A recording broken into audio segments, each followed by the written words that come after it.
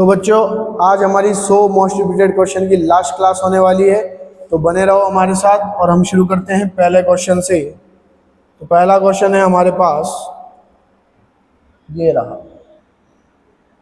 Which of the following statement are correct? Inside a conductor, the electrostatic field is zero. Electric field at the surface of the charged conductor doesn't depend on its surface charge density, or the interior of a charged conductor can have no excess charge in the static situation. और last है आपके पास, at the surface of the charge conductor the electrostatic field must be normal to the surface. तो ये point एकदम सही है, ठीक है। दूसरा, inside a conductor the electrostatic field is zero, ये भी सही है, ठीक है। आगे हम बात करते हैं और ऑप्शन हम पढ़ते हैं, the electrostatic potential is zero everywhere inside the charge conductor, ये गलत है भैया, ठीक है। तो अभी तक हमको क्या पता चला कि एक तो ए सही है और एक डी सही है। अब आगे देखते हैं कि ए किस किस में आ रहा है। तो इसमें ए नहीं आ रहा, इसको हटा दो, बच गई ये 2 3। इसमें भी ए डी आ रहा है, इसमें भी ए डी आ रहा है, मतलब अपने को बी और सी को चेक कर लेना है। चलो बी और सी को चेक करते हैं। Electric field at the surface of charged conductor doesn't depend on its surface charge density, ये बिल्कुल गलत है भैया, ठीक है। तो सही कौन सा हो गया अपने आप? सी सही हो गया। तो ए, सी और डी, जो सी ऑप्शन है आपका वो क्या हो जाएगा? करेक्ट हो जाएगा। चलिए आगे बढ़ते हैं। An electric dipole with dipole momentum of 5 × 10⁻⁻6 centimetre Coulomb meter is aligned with the direction of a uniform electric field of magnitude this. The dipole is then rotated through an angle of 60 degrees with respect to the electric field. The change in its potential energy of the dipole is, तो change कितना हो जाएगा? P E cos theta, वो भी कैसा? Minus का। आपको P given है बेटा कितना? 5 × 10⁻⁻6 और E गिवन है आपको कितना? 10⁵ इंटू कॉस, हम कितना कर देंगे? 60। तो ये आपके पास आ जाएगा 0.5/1/2, यानी कि 1/0.25, ठीक है। चलो, या 1/4 इसको अपन ले लेते हैं सीधा ही, 0.25।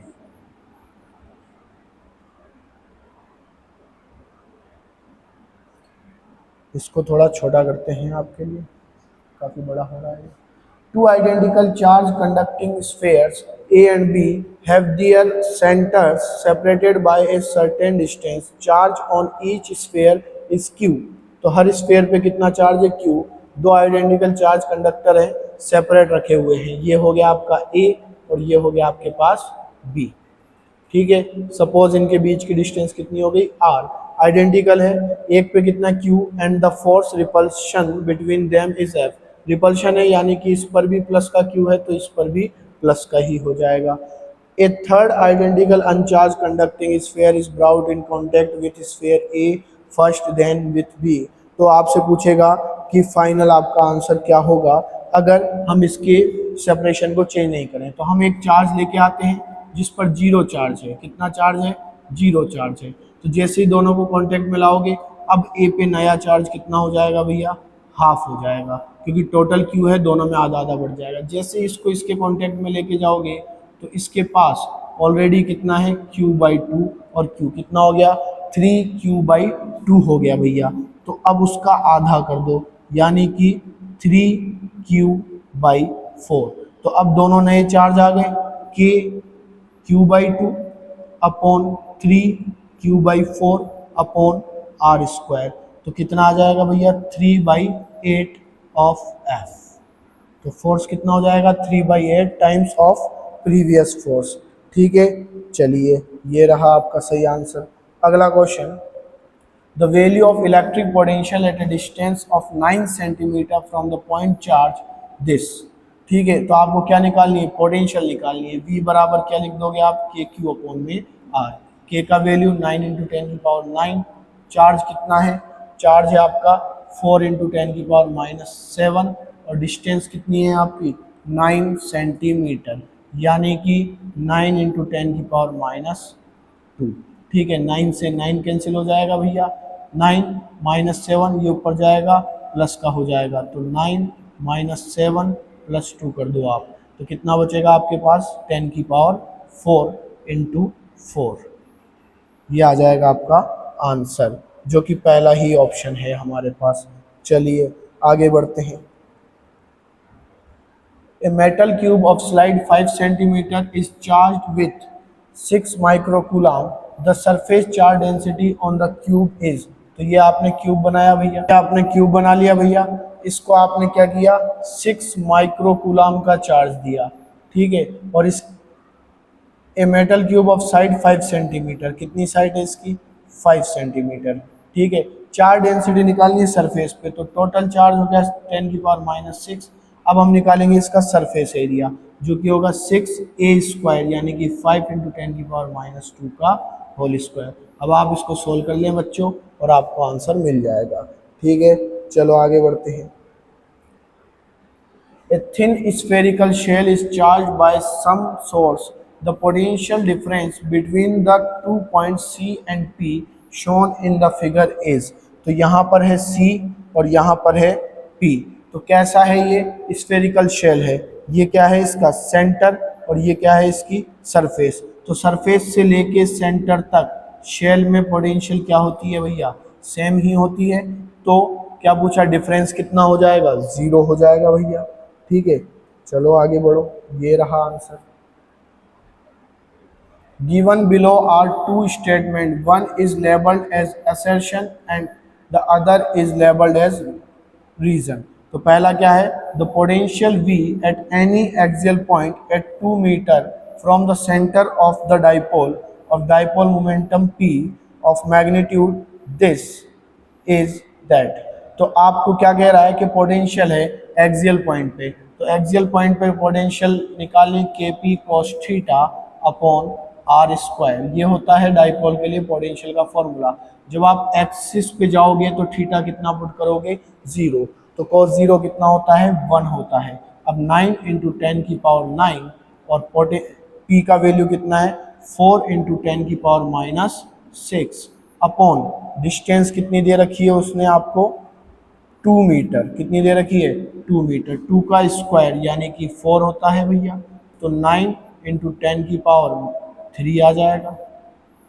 ठीक है, जो कि आ रहा है प्लस माइनस में, तो असर्शन क्या हो गया इसका करेक्ट हो गया। ठीक है, अब इसने क्या लिखा है V ± 2P अपॉन 4πε0 r²।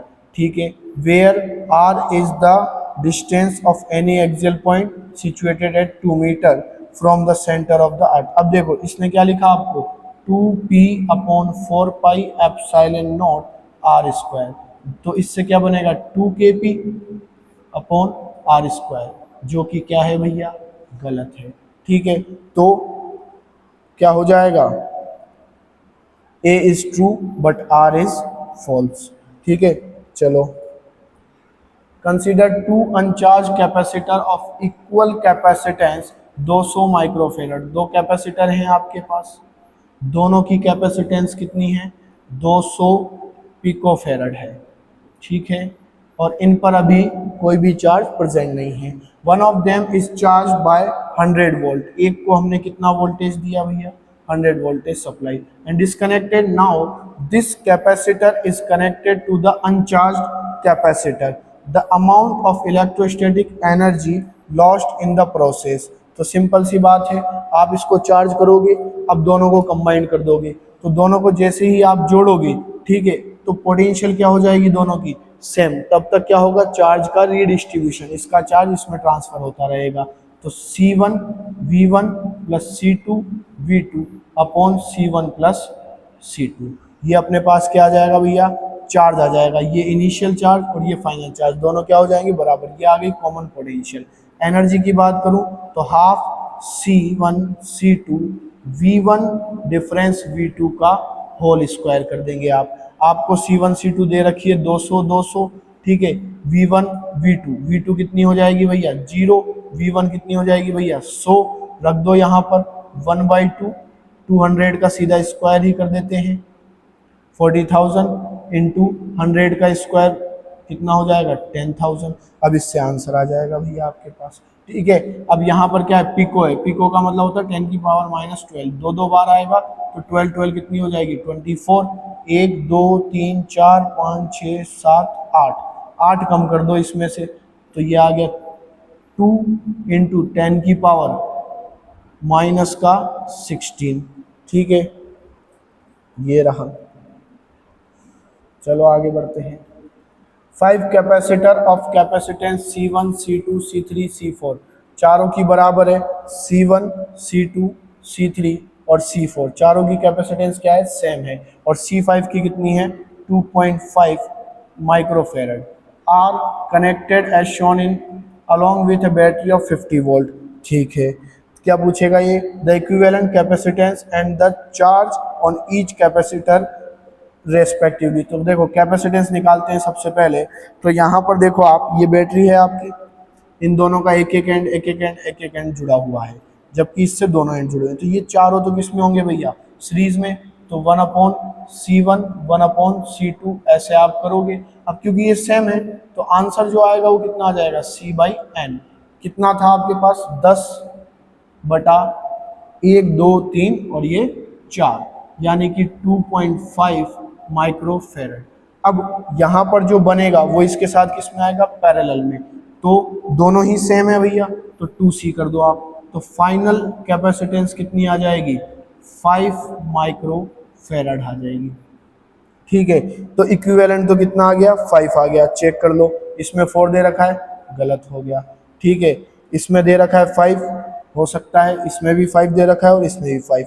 अब हमको क्या चेक करना पड़ेगा भैया, 250 माइक्रोकूलम ऑन ऑल कैपेसिटर, क्या कह रहा है 125 माइक्रो और 125 micro on C1 to C4 and 25 on C5। तो देखो सबसे पहली चीज, ये सारे किसमें, सीरीज में, तो इन सब का चार्ज क्या आएगा, सेम, बट ये तो उनके पैरेलल में था तो इसका चार्ज क्या आएगा, डिफरेंट आएगा। अच्छा, तो यहाँ पर अपने पास कितना वोल्टेज है, 50, तो Q बराबर क्या लिखते हैं आप, CV, तो 50 इक्वल्स टू 5 इंटू 10 की power -6 into V, sorry, Q बराबर 5 इंटू 10 की पावर -6 इंटू 50, तो 250 माइक्रोकूलम, ये तो क्या है, टोटल चार्ज है भैया। अब यही डिस्ट्रीब्यूट होगा, तो यहाँ तो इसने 250 दे दिया, तो ये तो सरासर क्या हो गया भैया, गलत हो गया। अब बच गए ये दो ऑप्शन, इसमें क्या कह रहा है, सब पे बराबर चार्ज हो ही नहीं सकता, तो आंसर सही कौन सा हो जाएगा भैया, डी हो जाएगा, बिना सोल्व करे, देखो ज़्यादा मेहनत नहीं लगी। A plate of parallel plate capacitor are separated by d. ठीक है, two slabs of different dielectric constant K1 and K2 with thickness 3/8D D/2 respectively are inserted in the capacitor. Due to this, the capacitance become 2 times larger than when there is nothing between the plates. ठीक है, तो क्या पूछा है आपसे, तो आपसे ये पूछ रहा है कि एक्चुअल कैपेसिटेंस कितनी होगी। ठीक है, तो अब हमको इनमें से एक ऑप्शन निकालना है कैपेसिटेंस का। सबसे पहले अगर आपने कुछ नहीं भरा तो C बराबर क्या लिखोगे आप, A/0/D लिख दोगे। ठीक है, अब आपने मीडियम भर दिया, तो आपने क्या किया, दो स्लेब रखी, पहली स्लेब K1, दूसरी स्लेब K2। अच्छा, पहली स्लेब कितनी लेंथ की है भैया, 3/D की, और दूसरी कितनी है, D/2 की, तो 3/8D प्लस D/2 और प्लस कर दो आप x बराबर कितना आना चाहिए भैया, d, क्योंकि पूरी लेंथ कितनी है, d है। उससे पता चल जाएगा कि कोई जगह खाली है या नहीं है, दिख रहा है कि खाली तो रहने वाली है, तो d तो अपन रख लेते हैं यहाँ पर। अब यहाँ पर एलसीएम अपन को लेना है, अपन ने लिख दिया भैया 8 इंटू 2, तो यहाँ तो आ गया 6 plus 8 into D plus X बराबर में डी।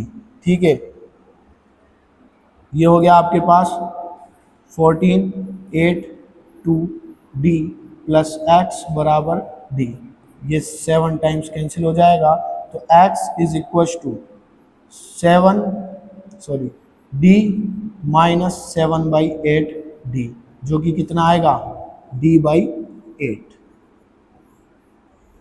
कितना आ जाएगा, D/8 आ जाएगा। तो इतनी जगह पे क्या है, एयर है। अब देखो, जैसे 3 अलग अलग कैपेसिटर बना लेंगे हम इसके अंदर। कितने कैपेसिटर बना लेंगे इसके अंदर, 3 अलग अलग कैपेसिटर हम बना लेंगे। तो हमारे पास पहला कैपेसिटर आ जाएगा ये, दूसरा आ जाएगा ये वाला, और तीसरा आ जाएगा ये वाला। ठीक है, चलो अब यहाँ पर इस पहले वाले के लिए तो हम लिख देंगे ए एप्सिलॉन नॉट K1/3D/8। दूसरे वाले के लिए हम लिख देंगे क्या, A epsilon not K2 D/2। और तीसरे के लिए हम लिख देंगे ए एप्सिलॉन नॉट D/8। ठीक है, अब इन तीनों का सीरीज कॉम्बिनेशन आप कर दो और आंसर कितना आता है, आंसर आता है ट्वाइस ऑफ सी। देखो ये लिखा हुआ, 2 times larger than when there is nothing. ठीक है, तो 2C यानी कि 2A epsilon not upon D के बराबर इन तीनों का आंसर आएगा। तो उससे आप क्या निकाल सकते हैं भैया, C का वैल्यू निकाल सकते हैं। अब आगे का सॉल्यूशन आप करें और हमें कमेंट में आंसर बताएं कि क्या सही रहेगा सर। तो next question is the steady state current in the circuit shown below is. ठीक है, तो सबसे पहले हमको करंट निकालना है।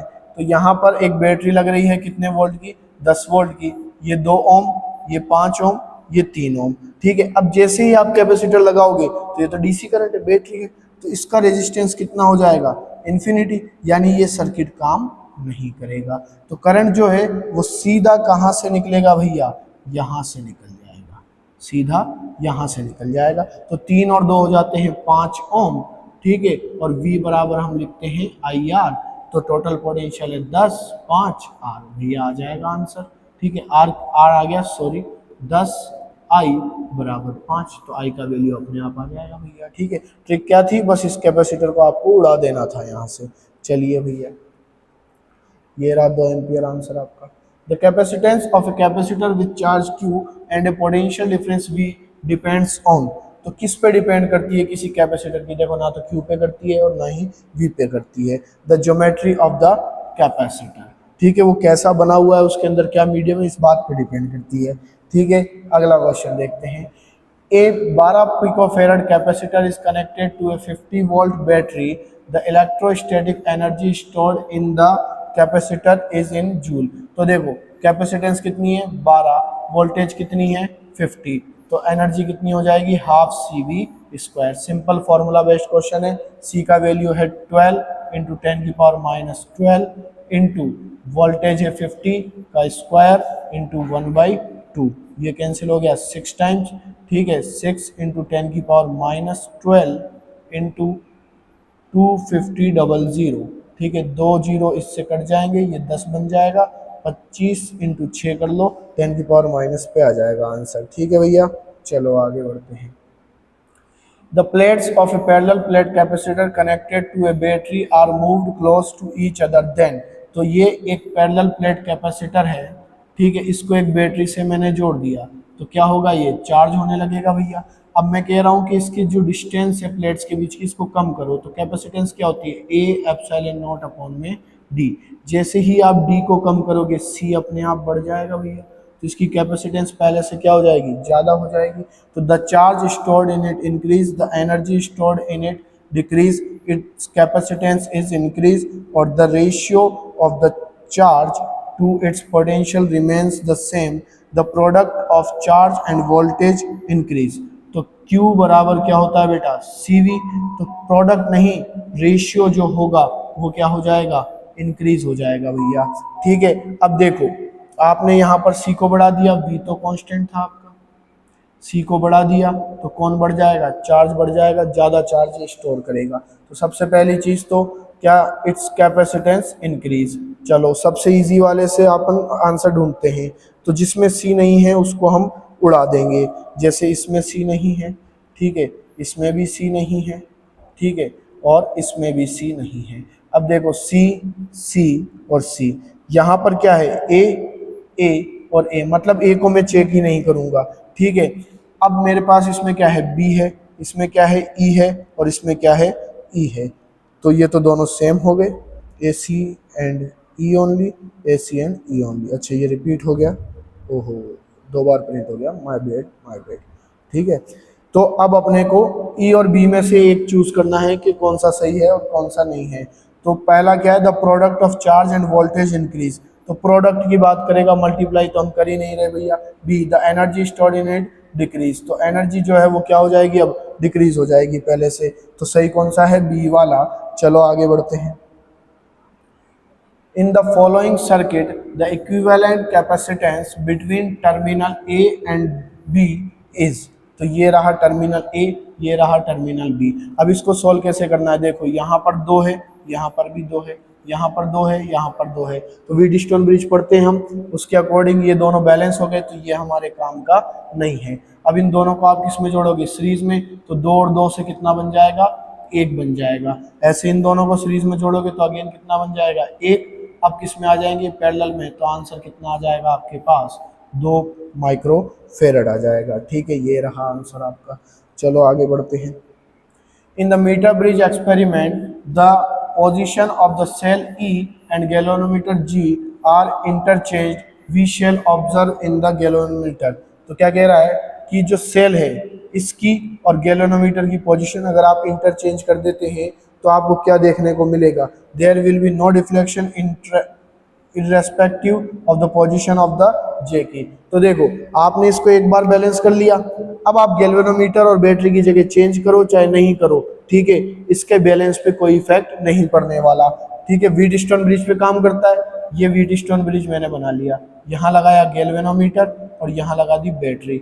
अब अगर हम बैटरी और गैल्वेनोमीटर को इंटरचेंज करेंगे तो भी इसके बैलेंस पे कोई फर्क नहीं पड़ेगा। तो once in balance always in balance. तो there will be no deflection irrespective to the position of the J key, both the right sided and left sided deflection and the balance point no deflection, only the left sided deflection, only the right sided deflection। तो both right side and left side deflection and at balance point no deflection। ठीक है, तो अगर आप change करके इसको right left में करोगे तो रिफ्लेक्शन होगा, लेकिन जहां बैलेंस आ रहा था वही रखोगे तो जे की कोई डिफ्लेक्शन नहीं दिखाएगी, क्योंकि बैलेंस बिगड़ता नहीं है भैया यहाँ पर। चलो आगे देखते हैं। A galvanometer of resistance 100 ohm gives full scale deflection for a current of 1 milliampere. It is converted into a ammeter of range 0 to 1. The shunt required। तो ये बहुत ही इजी क्वेश्चन है। ठीक है, फॉर्मूला बेस है, ये मैं आपको होमवर्क में देता हूँ, आप सॉल्व करें और मुझे आंसर कमेंट में करके बताएं। चलिए अगला क्वेश्चन देखते हैं। A room heater is rated 400 watt, 220 volt. If the supply voltage drops to 200 volt, what will be the power consumed approximately। तो सबसे पहली चीज इसका पावर कितना है, 400, जो किसके बराबर होगा बेटा, VI के। ठीक है, तो 400 बराबर 220 इंटू आई। अब आपने सप्लाई को तो ड्रॉप कर दिया, बट क्या इसके पावर पे कोई फर्क पड़ेगा, नहीं, ये करंट ज्यादा कंज्यूम कर लेगा। ठीक है, तो पावर इसकी वही रहने वाली है भैया। A uniform metallic wire having resistance 4 ohm is bent to form a square loop। ये रहा स्क्वायर लूप। ठीक है, A B C D। C figure, a resistance of 2 ohm is connected between points B and D and the battery of 2 volt is connected across the point A and C as shown in figure। Now the value of current। तो सबसे पहली चीज आप देखो कि ये एक wire था, यूनिफॉर्म वायर, जो कितने ओम का था, 4 ओम का। अब आपने इसके 1 2 3 और 4 बराबर टुकड़े करे हैं, तो इन चारों टुकड़ों का रेजिस्टेंस कितना होगा, 1 ओम 1 ओम 1 ओम और 1 ओम। तो ये तो व्हीटस्टोन ब्रिज बैलेंस हो गया, ये खत्म हो गया।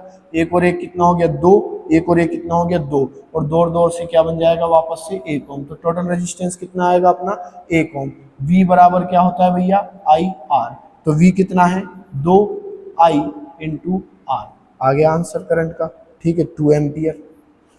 तो आपको थोड़ा सा दिमाग लगाना होता है और आंसर आ जाता है। A resistor is connected to a battery of 12 volt EMF and internal resistance 2 ohm. If the current in the circuit is 0.6, the terminal voltage of the battery is.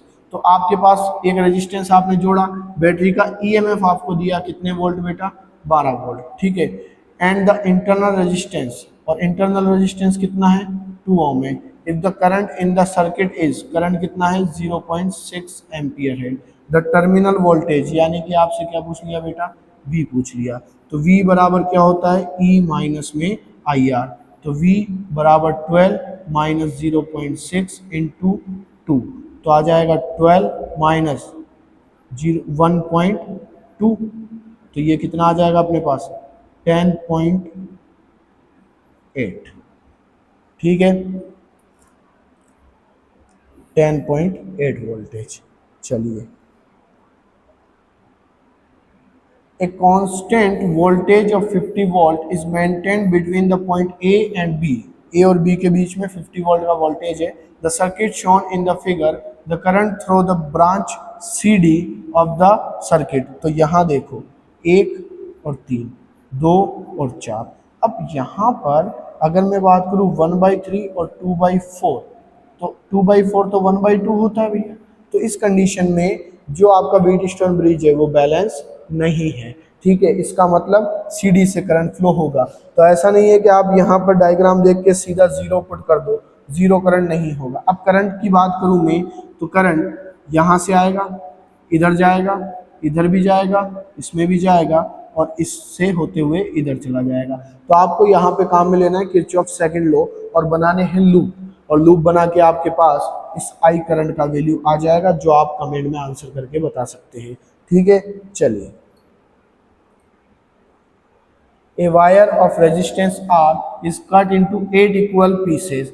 From these pieces, 2 equivalent resistance are made by adding 4 of these together in parallel. Then these two sets are added in series. The net effective resistance of the combination। देखो line by line समझो। एक wire था जिसका resistance कितना था, 8 था। कितने equal peace किए, 8। तो हर पीस का रेजिस्टेंस कितना हो जाएगा, R/8। ठीक है, from these pieces 2 equivalent resistance R made. तो हमने 2 रेजिस्टेंस बनाए, पहला और दूसरा। ठीक है, made by adding 4 of these, इनमें से 4 को जोड़कर, टुगेदर इन पैरेलल। ठीक है, अब 4 को हमने कैसे जोड़ा, पैरेलल में। ये लो भैया, then these two sets are added in series। और इन 4 को और इन 4 को आपस में किससे जोड़ दोगे तुम, सीरीज से जोड़ दोगे। आपस में किससे जोड़ दोगे भैया, सीरीज से जोड़ दोगे। ठीक है, तो देखो मेरी बात सुनो, यहाँ क्या है, R/8, ये भी R/8, ये भी R/8 और ये भी R/8। तो यहाँ पर पहले सेट का इक्विवेलेंट तो कितना आ जाएगा, R/8 अपॉन n कितना है, 4 है। दूसरे सेट का भी इक्विवेलेंट यही आएगा। ठीक है, अब इन दोनों को आप क्या कर दोगे, सीरीज, तो यानी आप R1 प्लस R2 कर दोगे। ठीक है, R1 और R2 तो बराबर है, तो 2R/8 इंटू 4 कर दो आप, तो R/16 आपका आंसर आ जाएगा। सिंपल एंड सोबर, ये रहा। ठीक है, चलो आगे बढ़ते हैं। The current passing through the battery in the given circuit is. तो देखो सर्किट देखने में तो बहुत धुआंधार लग रहा है हमको, ठीक है, पर इसको जब हम सोल्व करेंगे तो बहुत ही सिंपल हो जाएगा। यहाँ देखो, यहाँ और यहाँ पॉइंट्स पे फोकस करो आप। यहाँ दोनों के बीच में एक रेजिस्टेंस है, ये कितना है, 3, ये कितना है, 1.5। ठीक है, ये कितना है, 5, और ये कितना है, 2.5। क्या ये इससे 2 बार और ये इससे 2 बार कटेगा, बिल्कुल कटेगा। तो ये हमारे काम का नहीं है, ये व्हीटस्टोन ब्रिज बैलेंस हो गया। अब यहाँ देखो आप, मैं बाकी डायग्राम नहीं बनाऊंगा, सिर्फ इस डायग्राम की बात कर रहा हूँ। तो यहाँ मैंने नीचे लगा दिया ये, फिर ये ई पॉइंट हो गया मेरा, फिर ये 1.5 हो गया, और फिर इसको इधर जोड़ के ये मेरा बी पॉइंट हो गया, और ये मेरा एक रेजिस्टेंस, और ये दोनों जुड़ गए। तो भैया मुझे तो करंट यहाँ से पास करना था। ठीक है, तो सबसे पहले इन दोनों को देखो, सीरीज में है ये दोनों भी किस में, सीरीज में। ये कितना था, 3 और ये 5, तो कितना हो जाएगा, 8। ये कितना था, 2.5, 1.5, दोनों को ऐड करोगे कितना आ जाएगा आपके पास, 3 और 1 4। ठीक है, अब दोनों किस में आ गए, पैरेलल में। दोनों जैसे ही पैरेलल में आए, 1/8 प्लस 1/4, या सीधा कर दो 8 इंटू 4 अपॉन 8 प्लस 4 यानी कि 12। तो 4 से कितनी बार, 3 बार, तो 8/3। ये तो सॉल्यूशन हो गया इस लाइन का। इस पूरी लाइन का मेरे पास आंसर कितना आ गया भैया, 8/3 ओम आ गया। अब देखो, ये इसके साथ सीरीज में है, ये इसके साथ सीरीज में है, और ये भी इसके साथ क्या है, सीरीज में। हो गया सॉल्यूशन। क्या कर दोगे, 8/3, 1.5, 5.5 और 1/3। ठीक है, इन सबको क्या कर लोगे, ऐड, तो क्या आ जाएगा भैया, आर इक्विवेलेंट आ जाएगा। आपसे क्या पूछा है उसने, करंट पूछा है, तो V बराबर क्या लिखते हैं हम, आई आर। V कितना है, 5। आई आप निकाल लो यहाँ से, जैसे ये हो गया 6 और 1 7, यहाँ 3 एलसीएम लो आप, 8 और 1 9, 9/3 कितने होते हैं भैया, 3, 3 और 7 कितने हो गए, 10 हो गए। ये लो आंसर आ गया आपका। ठीक है, ये रहा। तो डरना नहीं है आपको बिल्कुल भी, सॉल्यूशन होता है सबका। The given circuit shows a uniform straight wire A B of 40 centimetre. एक वायर है भैया 40 सेंटीमीटर का, fixed at both ends in order to get zero reading in the galvanometer G. The free end of J is to be placed from B at. यहाँ से कितनी distance पे रखोगे, अगर ये 40 सेंटीमीटर का है तो ये कितना होगा, 40 minus x. Let us assume कि इस पूरे वायर का रेजिस्टेंस कितना था, आर। मतलब कुल मिला के आपको यहाँ मीटर ब्रिज वाला कंसेप्ट अप्लाई कर देना है। ठीक है, तो अगर इसकी लेंथ कितनी है, 40 माइनस एक्स अपॉन क्या कर देंगे भैया, 40 कर देंगे। ये इस पार्ट का आ जाएगा, ऐसे इस पार्ट के निकालिए तो आर एक्स अपॉन 40 कर देंगे। अब इन दोनों का रेशियो और इन दोनों का रेशियो क्या होगा भैया, बराबर। तो 8 अपॉन में, जैसे मैं ये r/40 लिखूंगा तो वो तो सामने भी आएगा भैया, बराबर में क्यों क्या लिख रहा हूँ मैं, 12।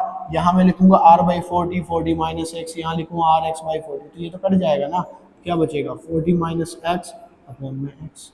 ठीक है, 3 बार और 2 बार, तो 2x बराबर 4 तिया 12, 120 माइनस का 3x इधर ले आओ भैया, 5x बराबर 120। अब x आ जाएगा आपके पास, बहुत सिंपल। ठीक है, तो x ही उसने पूछा था, x आप निकाल लो यहाँ से। Given below are two statement, one is labelled as assertion and the other is labelled as reason. Houses made of concrete roof overlaid with foam keeping the room hotter during summer. The layer of foam insulation prohibits heat transfer as it contains air pockets. In the light of the above फलाना ढिमकाना, ऐसा कुछ दे रखा है। देखो कह रहा है कि जो हाउस होते हैं concrete roofs overlaid with a foam keep, जैसे फॉर सीलिंग वगैरह हम कराते हैं तो कंक्रीट की छत के नीचे हम क्या कर देते हैं, एक फोम की लेयर बिछा देते हैं चारों तरफ, जैसे आपने अमेरिका वगैरह में ज़्यादातर ऐसा देखने को मिलता है। उससे क्या होता है कि घर एक इंसुलेटेड आइसोलेटेड सिस्टम की तरह बिहेव करने लगता है, तो ना तो हीट बाहर जा पाती है और ना ही बाहर की हीट अंदर आ पाती है। बिल्कुल, तो दोनों ही बातें एकदम सही हैं और दोनों एक दूसरे का सही एक्सप्लेनेशन दे देती हैं। चलिए आगे बढ़ते हैं हम अगले क्वेश्चन पे। A uniform metal wire of length L has 10 ohm resistance. Now this wire is stretched to length 2L and then bent to form a perfect circle. The equivalent resistance across any arbitrary diameter of that. सबसे पहले 2 step करने पड़ेंगे। यहाँ पर ये L length का wire था, ठीक है। हमने पिछली वीडियो एक बनाई थी इलेक्ट्रिक करंट वाले पे एम्प्स की, उसमें भी ऐसा क्वेश्चन था। इसको मैंने स्ट्रेच किया है, जब मैं इसको स्ट्रेच करूंगा तो भैया इसका क्रॉस सेक्शन एरिया कम हो जाएगा। ठीक है, इसकी लेंथ मैंने जैसे ही NL करनी है तो R बराबर क्या होता है, हो जाता है N² R हो जाता है। तो अब इस वायर का जो रेजिस्टेंस है वो पहले से कितने टाइम्स हो जाएगा, N² टाइम्स हो जाएगा। अब मैंने इस वायर का बना दिया एक सर्कल और इसके डायामीटर पे 2 पॉइंट ले लिए। तो भैया जो भी यहाँ इस पूरे का रेजिस्टेंस रहेगा उसका हाफ तो ऊपर रहेगा और हाफ नीचे रहेगा। ठीक है, जब भी आप पैरेलल कॉम्बिनेशन कर रहे हो तो RP हमेशा R/N आता है। अब यहाँ पर एक का रेजिस्टेंस कितना है, R'/2। कितने पार्ट किया आपने, 2 पार्ट, यानी कि R'/4 और R'/4 कितना, R' का वैल्यू कितना है, N² R/4। आपने कितने टाइम किया था इसकी लेंथ को, डबल, तो N का वैल्यू 2 रख दो, 4/4 इंटू R, तो रेजिस्टेंस वही आ जाएगा जो पहले था। तो पहले कितना था भैया, पहले 10 ओम था, तो अब भी आंसर कितना आ जाएगा, 10 ओम ही आ जाएगा। ठीक है, चलिए अगला क्वेश्चन देखते हैं। तो next question is, in an electrical circuit the voltage is measured as V 200 plus minus volt, मतलब 200 से 4 ज़्यादा 4 कम भी हो सकता है, एरर बता रहा है वो। And the current in the measure is 20 plus minus 0.2, the value of resistance. तो भैया वैसे तो हम लिखते हैं V बराबर आई आर, V अपॉन में आई। ठीक है, अब यहाँ पर क्या करना है, आपको दोनों का अलग अलग डिवाइडेशन कर देना है और फिर प्लस माइनस करके रख देना है कि अगर 200 रहेगा तो क्या आंसर आएगा, 200 प्लस 4 रहेगा तो मतलब 4/0.2 कर देना, दोनों को रेशियो कर देना है, तो आंसर अपने आप आ जाएगा। चलो आगे बढ़ते हैं। A uniform wire of diameter d carries a current of 100 milliampere. When the mean drift velocity of electron in the wire is v, for a wire of diameter d by 2 of the same material to carry a current of 200 milliampere, the mean drift velocity of electron in the wire. तो n a e v d बराबर आई, ये relation है current और drift velocity का। n होता है number of electron per unit volume, a उसका cross section area, e electron का चार्ज और vd ड्रिफ्ट वेलोसिटी। तो देखो मटेरियल नहीं बदला, n नहीं बदलेगा, इलेक्ट्रॉन तो इलेक्ट्रॉन ही होता है। ठीक है, अब ये क्या कह रहा है, डायामीटर बदल रही, तो ये वायर जो है इसका जो क्रॉस सेक्शन है ये कितना होगा, पाई आर स्क्वायर। ठीक है, पहले आपने इसका डायामीटर कितना लिया था, d, तो पाई d/2 का स्क्वायर, इसका a1 हो जाएगा। अब आपने डायामीटर को क्या कर दिया, आपने इसके डायामीटर को हाफ कर दिया, तो रेडियस कितनी हो जाएगी, d/4 का स्क्वायर, ये हो जाएगा a2। ठीक है, पहले कितना करंट फ्लो हो रहा था, 100, अब कितना हो रहा है, 200। तो सिंपल दो सिचुएशन, वही अपना स्टैंडर्ड मेथड, रेशियो मार दो, तो 100/200 बराबर n काम में लेने की जरूरत नहीं है, पाई भी काम में लेने की जरूरत नहीं है, सीधा आप लिख दो d²/4, ये तो 100 के लिए, और d²/16 ये 200 के लिए। यहाँ हो गया v1 और यहाँ ले लिया आपने v2, ये d² से d² गया, ये 4 से 4 बार, ये 0 0। ठीक है, तो v2 बराबर 4 × 2 ऑफ v1, यानी कि 8 टाइम्स हो जाएगी वेलोसिटी अब पहले से। ठीक है, ये रहा आंसर। चलिए आगे बढ़ते हैं। Choose the correct circuit which can achieve the bridge balance. तो यार ये तो बहुत ही सिंपल नहीं हो गया हमारे लिए, यहाँ 10/15, यहाँ 10/5, तो यार ये तो नहीं हो सकता। क्यों नहीं हो सकता, क्योंकि इसके अंदर, एक सेकेंड, हाँ, क्योंकि यहाँ तो 10 दे रखा है, यहाँ भी 10 है, तो यहाँ 15, तो यहाँ भी यार 15 ही आना चाहिए था। ठीक है, चलो 10 15 10 5। ठीक है, अब यहाँ आप नोटिस करोगे तो हर डायग्राम सेम सही बना हुआ है। ठीक है, 10 15 10 5 10 15 10 5। अब डिफरेंस क्या है, डिफरेंस ये है कि यहाँ पर इसने एक चीज़ जोड़ दी जिसको हम क्या बोलते हैं, डायोड। ये है प्लस और ये है माइनस, ये पार्ट इस डायोड का होता है P और ये पार्ट होता है N। अगर ये नेगेटिव से और ये पॉजिटिव से जुड़ता है तो डायोड काम करेगा, नहीं तो करंट फ्लो नहीं होने देगा। अब यहाँ देखो ये वाला पार्ट पॉजिटिव से जुड़ गया तो ये तो डायोड काम करेगा ही नहीं, सर्किट बनेगा ही नहीं, खत्म कर दो इसकी कहानी। ठीक है, इधर देखो ये प्लस से जुड़ गया, ये माइनस से, तो ये डायोड काम कर सकता है। इधर देखो आप, ये माइनस से जुड़ गया प्लस वाला और माइनस वाला प्लस से, तो ये डायोड काम नहीं करेगा।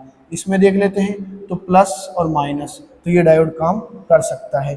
अब देखो यहाँ पर अगर आप सीरीज में रखोगे, ठीक है, तो ये इसमें कुछ ऐड होगा, यानी ये आंसर जो है वो डायोड के रेजिस्टेंस पे डिपेंड करेगा, जो कि मैं भी पॉसिबिलिटीज रखता है कि 5 या 5 से ज़्यादा हो तो इसको बैलेंस आउट कर दे। लेकिन इस वाले डायग्राम में डायोड का कुछ भी रेजिस्टेंस हो उसका आंसर 5 से क्या आएगा, कम, क्योंकि ये कौन सा कॉम्बिनेशन दे दिया, पैरेलल।